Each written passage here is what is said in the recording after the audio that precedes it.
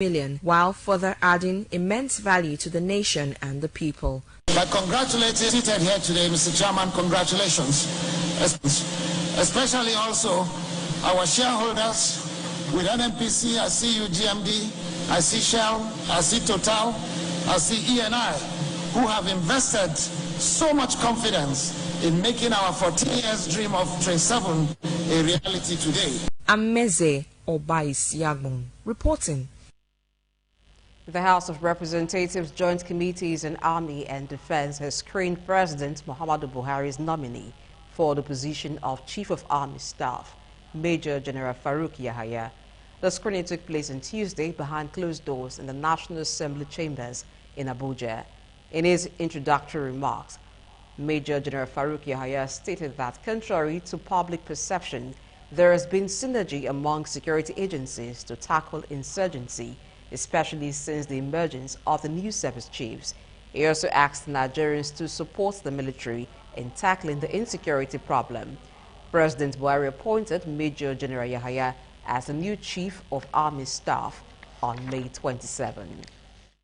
In his introductory remarks, Major General Farouk Yahaya stated that contrary to public perception, there has been synergy among security agencies to tackle insurgency, especially since the emergence of the new service chiefs. He also asked Nigerians to support the military in tackling the insecurity problem. We have always operated together. That's why you see the composition of Army, Navy, Air Force there. And now including the police, DSS, civil defense, and all other stakeholders. And as we know, internal security is really intelligence-driven operation. So we need others, including communities, including people, including opinion leaders, including traditional rulers, and all others who can provide information, because the enemy hides within us. President Muhammadu Buhari appointed Major General Yahaya as the new Chief of Army Staff on May 2017. Prior to his appointment, he was the General Officer commanding one division of the Nigerian Army and the incumbent theater commander of the counter-terrorism, counter-insurgency military outfit in the Northeast, codenamed Operation Hadinkai. Thomas Sado reporting. The importance of the role of the church in promoting peace and stability in the country has been stressed. The Esama of Benin and honorary Romanian consul to Edo and Delta State, His Excellency Sir Chief Dr. Gabriel Usawao Igbinedion, made the observation while receiving leaders of Christ Chosen Church of God International, led by Senior Apostle David Unuefe. Efosa Wangwe was there for independent television and radio. Good morning, good morning, good morning, good morning, good morning, good morning. The Papa. Come on.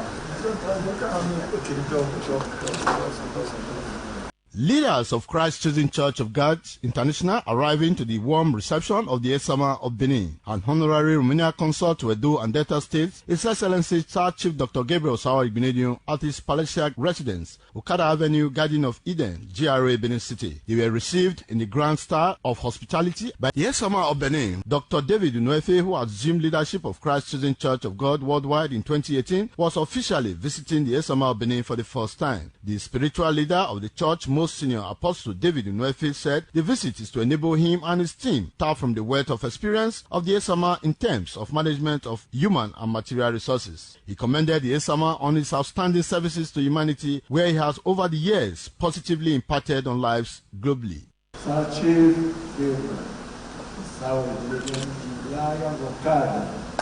philanthropist and educationist and industrialist, a man of both the old and the young.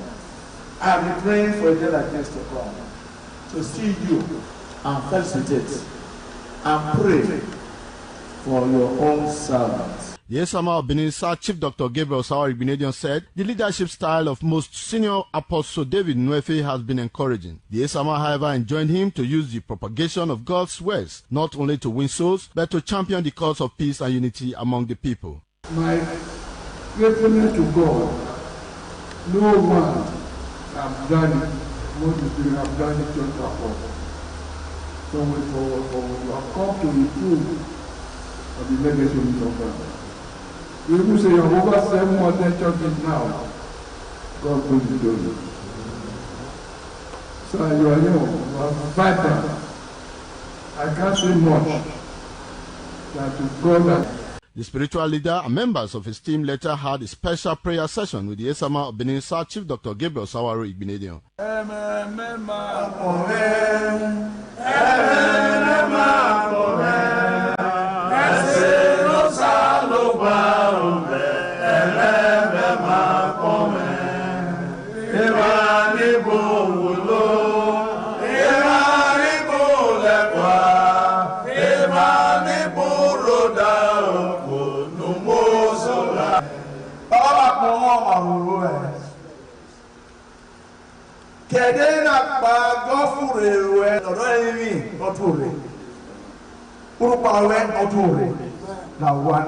In his usual magnanimity and hospitality, Yesama Benin showered his guests with unforgettable gifts amidst fanfare. Efosa Wangwe reporting.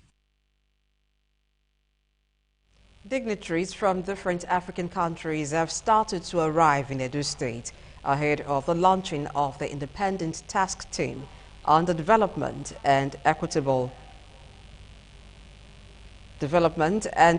Universal Access to Vaccines and Vaccination, organized by Igbenedion University, Okada, and Igbenedion University Teaching Hospital in collaboration with the Coalition for Dialogue in Africa.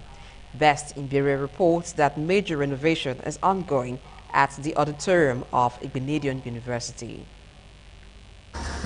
Tomorrow is your deadline, you know. So that's why I said the Eden has been finished, isn't it? You can start painting it. Chief Medical Director, Igbenedion University Teaching Hospital, Okada, Professor Godwin Osahai Bazwaye, that will in the coming days host dignitaries from all walks of life across the African continent. Workmen were fixing suspended ceilings and painting of the walls. Areas already completed is wearing new look. Commenting on the forthcoming program, the team leader and executive director, Coalition for Dialogue in Africa, Swad Aden Usman, academics, religious leaders, traditional rulers, civil society, who will give their inputs towards the realization of the production of vaccines for various diseases. She said Igbenedion University Okada as the premium private university in Nigeria, which also has a teaching hospital, was chosen as the research center as the institution boasts of 21st century equipment and facilities. What we try to do is to bring in the views of others, academia, media, civil society, private sector, into these conversations, but in a very structured way. Igbenedion University was identified as a strategic partner for us for two reasons. It's at the junction of private sector. The CODA chairman said former president of Nigeria, Chief Olusegun Obasanjo, who is the chairman of CODA board of directors, will deliver a keynote address. Deputy Chancellor, Igbenedion University Okada, Chief Lucky Nosaha Igbenedion, will also deliver a speech. She said a representative of African Union Commission, Edo State Governor, Mr. Godwin Obaseki, and the Federal Minister of Health, Dr. Sai. CODA, the Coalition for Dialogue in Africa, and Igbenedion. So we will be hearing the leaders on our side. The chair of CODA is an instrument governed by its board. The current chair is a former president, His Excellency Olusegun Obasanjo. So the first message, the welcoming message, will come from him. Chief Medical Director, Igbenedion University Teaching Hospital, Professor Godwin Osahai Bazwaye, said IUO will be a center for the development of vaccines, adding that arrangements are in advanced stage for the launching of the task team. We want to be at the forefront of solving our problems, not only because of COVID. We'll be able to do other things, research into vaccines for malaria, research into vaccines for Ebola, and other African peculiar diseases. The essence is that we have woken up, and nothing is going to stop us from ensuring that we ensure that Africa is represented each time there is a problem. It was learned that aside those who have arrived in Edo State, several people from different African countries are expected at the event. The outbreak of the coronavirus disease in China in 2019, which eventually spread to some African countries, including Nigeria, in 2020, no doubt may have exposed Africans' inefficiency in the health sector. And this is the reason CODA, in collaboration with Igbinedion University and Igbinedion University Teaching Hospital, is set to launch a task team that will be saddled with the responsibility of producing vaccines that can cater for the health needs of Nigerians and Africa, and even tackle future outbreak of diseases. The date for the launch of this task team is June the 21st, 2021, right here at Igbinedion University, Okada. From Okada, the administrative headquarters of Obia Northeast Local Government Area of Edo State. Best Mbiere reporting. The newly inaugurated Board of Directors of Independent Television and Radio has rallied support from management and staff towards repositioning the station to its prime place in the Nigerian broadcasting space. Ameze Obaisiagbon reports the board held an interactive session with management and staff of the station in Benin City. About a week ago, a new board of directors was inaugurated for Independent Television and Radio. Representative of the CMD and two-time governor of Edo State, Chief Lucky Igbinedion, charged the new board to, amongst other tasks, put the station in its first position as reflected in the issuance of the license 001. Upon arrival, the board members were received by the immediate past board chairman, Lady Celerina Ujomonin Airport. The first port of call was the corporate headquarters, ITV and Radio, Glasshouse, Airport Road, where they interacted with a cross-section of management staff, including the General Manager, Independent Radio, Pastor Dan Omozusi, amongst others. The board members then moved to the Communications Village and were taken on a guided tour of the state-of-the-art facilities, including the digital TV and radio studios, transmitter hall, library, editing suites, and generator house by the director of the station. Vice Chairman of the new ITV and Radio Board of Directors, Engineer Elvis Obaseki, said their 4-year mandate is to reposition ITV and Radio to enviable heights. He said the cooperation of management and staff will help the board achieve the dreams and aspirations of the founder of the station and Isama of Benin, His Excellency Sir Chief Dr. Gabriel Usawawi Igbinedion, in view of the dynamism in the industry. That new order is to have the best of feed on air, the best of programming that will make people want to run home, the best that you talk of when broadcasting is being discussed in Nigeria and in sub-Saharan Africa.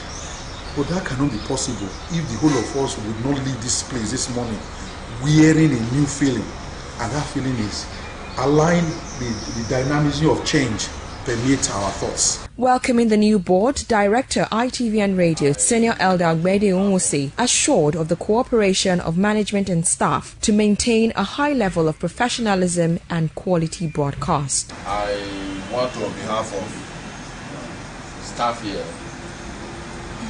welcome officially the new board member and willingness to ensure that we get to where we are planning to be.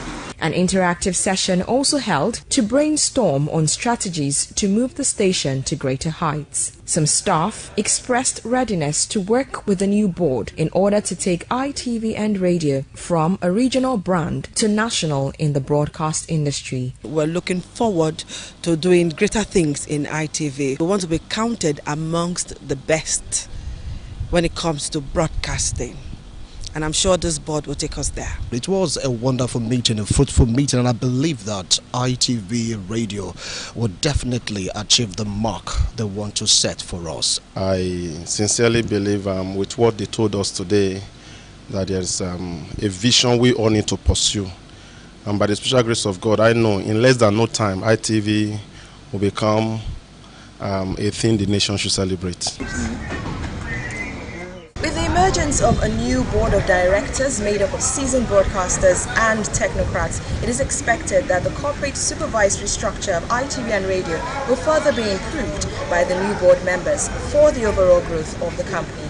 From the ITV and Radio Communications Village in Benin City, Ameze Obaisiagbon reporting.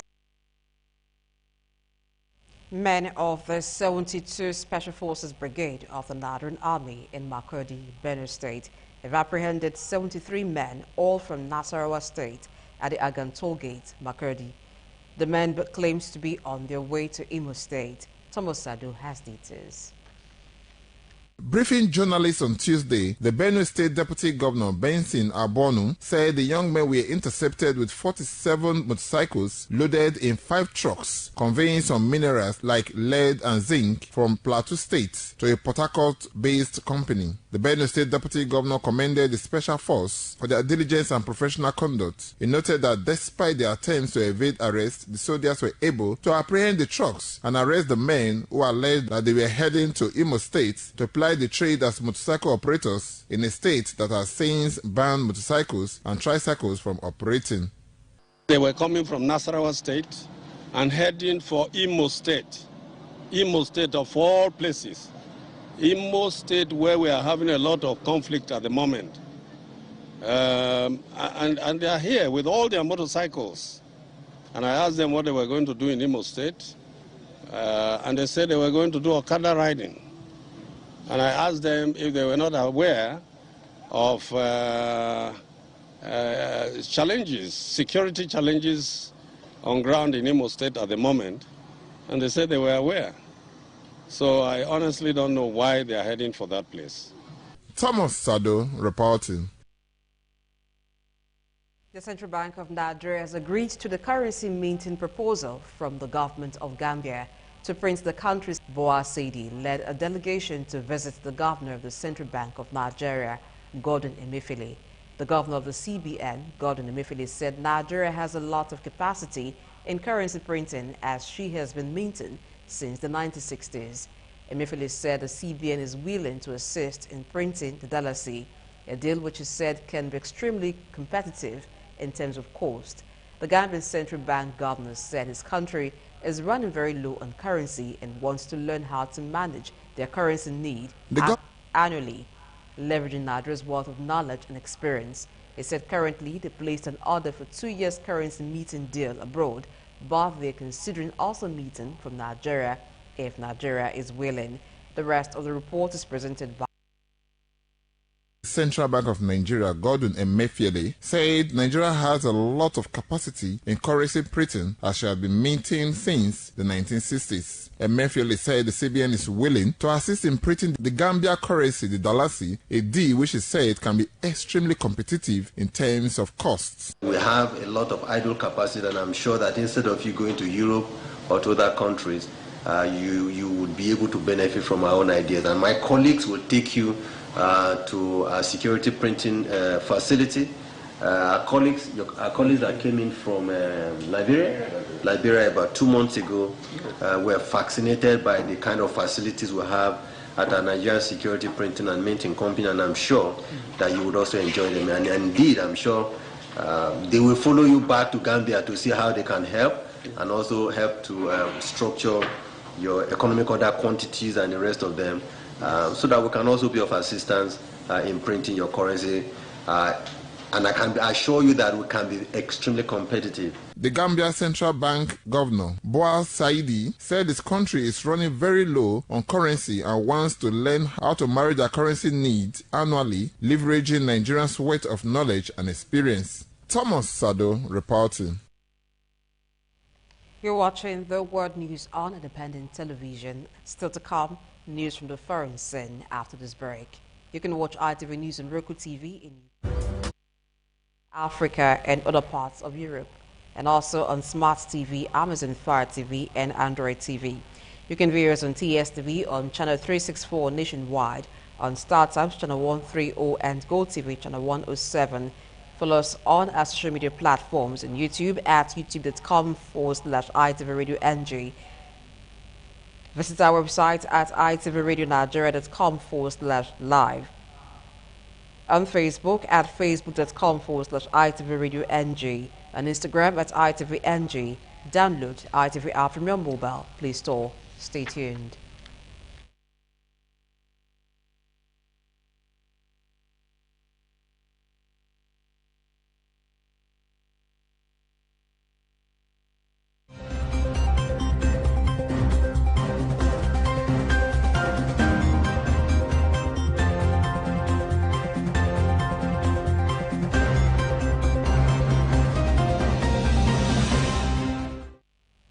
On the foreign scene, U.S. President Joe Biden and his Russian counterpart Vladimir Putin are preparing to sit down for the first highly anticipated summit.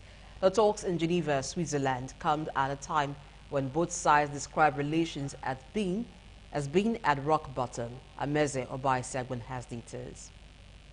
President Joe Biden said ability in their relations. He says he hopes to work with Mr. Putin on areas where cooperation is in the interest of both countries. We should decide where it's in our mutual interest, in the interest of the world, to cooperate and see if we can do that. And the areas where we don't agree, make it clear what the red lines are.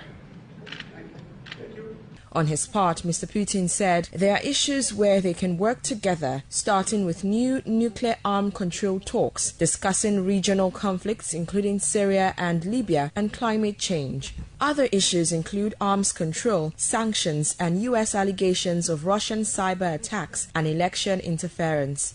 We have been accused of all kinds of things, election interference, cyber attacks, and so on and so forth, and not one time did they bother to produce any kind of evidence or proof. No major breakthroughs are expected, but there are hopes of finding small areas of agreement. The meeting will be held in a villa overlooking Lake Geneva. Ameze Obaisiagbon reporting. Sudan's Prime Minister Abdallah Hamdok has warned that there is a risk of the country descending into chaos and civil war. He said the reforms he had been implementing were meant to improve the economy. The latest removal of subsidies on fuel sparked protests in the country. Mr. Hamdok said the deterioration of the security situation is mainly linked to fragmentation between components of the revolution, which left a vacuum exploited by its enemies and elements of the former regime. Sudan has been praised for economic reforms since the ousting of former President Omar al-Bashir in 2019. There have, however, been food shortages linked to prolonged conflict and natural disasters like drought and famine. Israel says it has carried out airstrikes against Hamas militant targets in Gaza in retaliation for explosive balloons launched from the territory. In a statement, the Israel Defense Forces said its fighter jets had hit military compounds operated by Hamas in Khan Yunis and Gaza City. Ameze Obaisiagbon has details.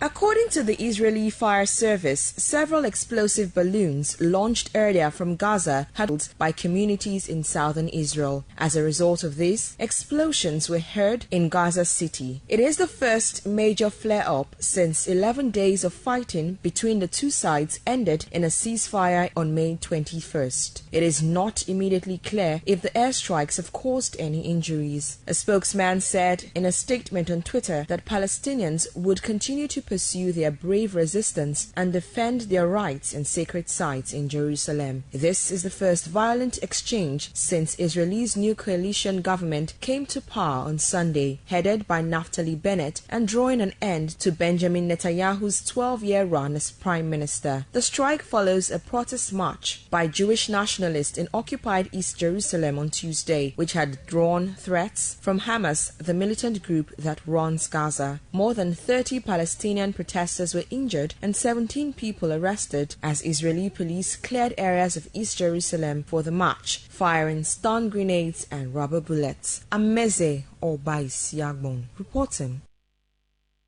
A deep water search for the body of a 1-year-old girl who is believed to have been murdered by her father is continuing in the Canary Islands with their mother.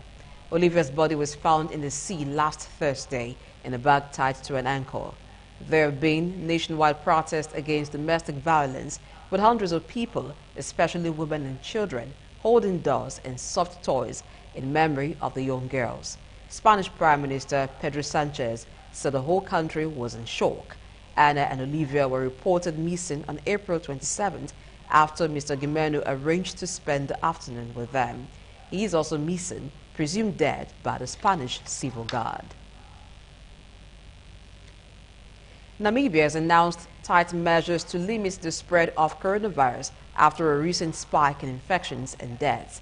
Namibia's President Hage Geingob announced a 2-week lockdown of the capital, Windhoek, which has recorded more than half of the COVID infections in the country.